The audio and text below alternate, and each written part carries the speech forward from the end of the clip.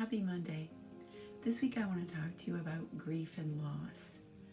What does that look like in a culture where everything is instant? We have instant relief. We have instant answers. We have instant gratification. What does grief and loss look like in our culture?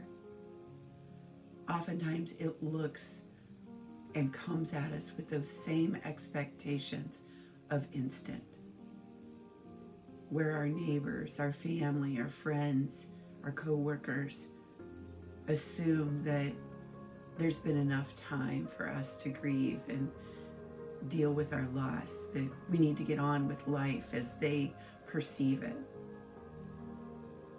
But there's no timeline on grief and loss.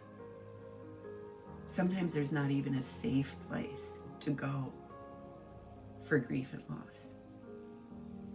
That's why I chose grief and loss for one of my specialties in life coaching, because I want people to have a safe place to grieve their loss and to be able to take those steps forward in their time, rejoicing over the memories while taking those hard steps forward, and sometimes just sitting where they need to sit. Grief and loss are not easy. Now, we have a tendency to think of grief and loss only of loved ones, only of those around us, but grief and loss comes in a lot of forms. And it's not only losing people.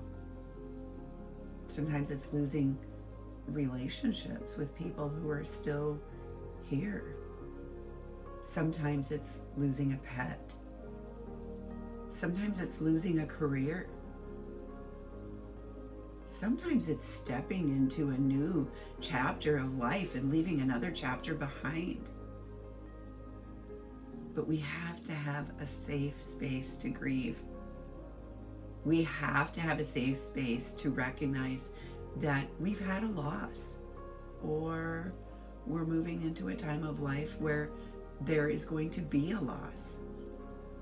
I hope you'll keep checking back this week as we look into grief and loss and how to move forward in our own timing and what that may look like with various losses in our lives.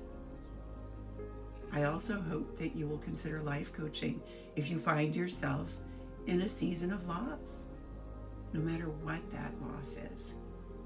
I hope you have a great week, and don't forget to enjoy Jesus in the process of life.